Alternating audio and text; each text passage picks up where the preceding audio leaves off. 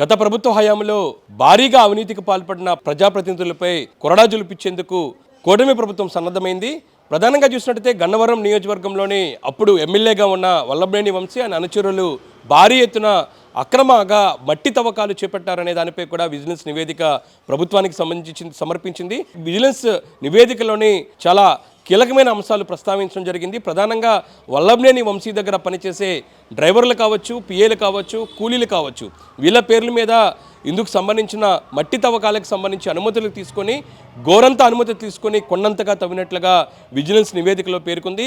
ప్రధానంగా చూసినట్టయితే ఇందుకు సంబంధించిన అక్రమ మట్టి తవ్వకాలకు సంబంధించి సీనరీ ఫీజు కూడా ఏమీ చెల్లించకపోవడంతో భారీ మొత్తంలోని విజిలెన్స్ అధికారులు వంశీకి జరిమానా విధించే అవకాశం ఉన్నట్లుగా ప్రభుత్వ వర్గాల్లో ఒక చర్చ జరుగుతుంది. దాదాపు 1000 కోట్ల వరకు కూడా జరిమానా విధించే ఆలోచనలో ప్రభుత్వ వర్గాలు ఉన్నట్లుగా మనకి సమాచారం అందుతుంది. ఓవరాల్గా విజిలెన్స్ నివేదిక ఒకసారి మనం పరిశీలించినట్టయితే ప్రధానంగా బావులపాడు మండలంలోని రేమల్లె రంగన్నగూడెంతో పాటు మరోపక్క కొండపావులూరు గ్రామంలోని భారీ మొత్తంలోనే ఇందుకు సంబంధించిన మట్టి తవ్వకాలు చేపట్టారు.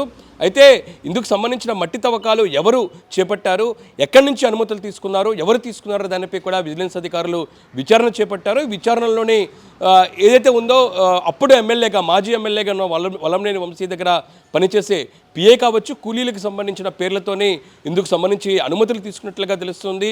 ఈ 2-3 ఎకరాలకు సంబంధించి అనుమతులు తీసుకొని మొత్తం ఈ 3 గ్రామాల్లోనే దాదాపు భారీ ఎత్తున మట్టి తవ్వకాలు చేపట్టినట్లుగా విజిలెన్స్ అధికారుల నివేదికలో పేర్కొన్నారు.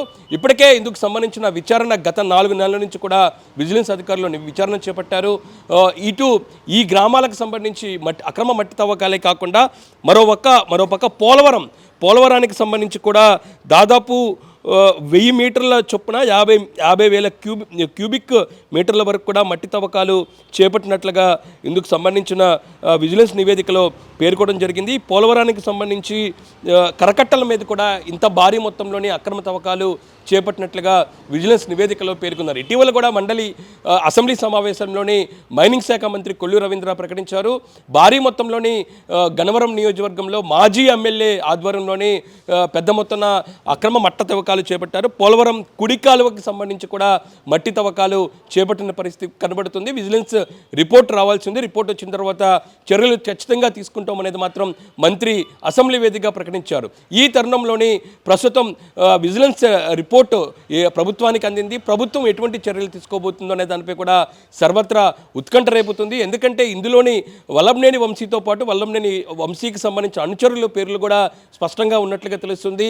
డ్రైవర్లు అట్లాగే తన వద్ద పనిచేసే పని వాళ్ళ పేర్లతోని ఆధార్ కార్డులు సమర్పించి మరి ఇందుకు సంబంధించిన భారీ మొత్తంలో మట్టి తవ్వకాలకు సంబంధించి అనుమతులు తీసుకుంది కొంత అయితే పూర్తి స్థాయిలో భారీ మొత్తంలో 1000 ఎకరాల్లో కూడా ఇందుకు సంబంధించిన అక్రమ తవ్వకాలు చేపట్టినట్లుగా విజిలెన్స్ రిపోర్ట్ అందించింది. ఇంకా దాంతోపాటు ఎవరైతే ఈ పేర్ల మీద వర్క్కి సంబంధించి అనుమతులు తీసుకున్నారో వాళ్ళను కూడా విజిలెన్స్ అధికారులు విచారించారు. అయితే గతంలోని స్థలాలు ఏదైతే ఉందో ప్రభుత్వం అందించే స్థలాల పేర్లతోని తమ వద్ద ఆధార్ కార్డులు తీసుకొని సంతకాలు చేయించారు. స్థలాలు ఇస్తామంటేనే తాము ఈ విధంగా సంతకాలు చేశామనేది కూడా వాళ్ళు ప్రభుత్వ అధికారులకు స్టేట్మెంట్ ఇచ్చారు. వీళ్ళ స్టేట్మెంట్ కూడా రికార్డు చేసిన విజిలెన్స్ అధికారులు ప్రస్తుతం ప్రభుత్వానికి నివేదిక సమర్పించారు. అయితే ఓవరాల్గా చూసినట్టయితే కొంతవరకు ఏదైతే ప్రభుత్వానికి చెల్లించే మినిమం ఫీజు కూడా చెల్లించకపోవడంతో భారీ మొత్తంలోని వల్లభనేని వంశీకి ఆయన అనుచరులకి జరిమానా విధించేందుకు కూడా విజిలెన్స్ అధికారులు నివేదికలో పేర్కొన్నారు. మొత్తం 1000 కోట్ల వరకు కూడా ఇందుకు సంబంధించిన జరిమానా విధించే ఆలోచనలో ప్రభుత్వం ఉన్నట్లుగా తెలుస్తుంది. ఓవరాల్గా చూసినట్టయితే గత ప్రభుత్వం హయాంలోని భారీ మొత్తంలోని గన్నవరం నియోజకవర్గంలో కొండంత వరకు అంటే గోరంత అనుమతులు తీసుకొని కొండంత వరకు కూడా పూర్తి స్థాయిలోని అక్రమ మట్టి తవ్వకాలు చేపట్టిన నేపథ్యంలోనే ఇప్పుడు విజిలెన్స్ రిపోర్ట్ కీలకం కాబోతుంది. ప్రభుత్వం నిర్ణయం ఏ విధంగా ఉండబోతుంది, భారీ మొత్తంలో దాదాపు 1000 కోట్ల వరకు కూడా జరిమానా విధిస్తారా లేదా అనే దానిపై కూడా ప్రభుత్వ వర్గాల్లో ఒక చర్చ మాత్రం జరుగుతుంది.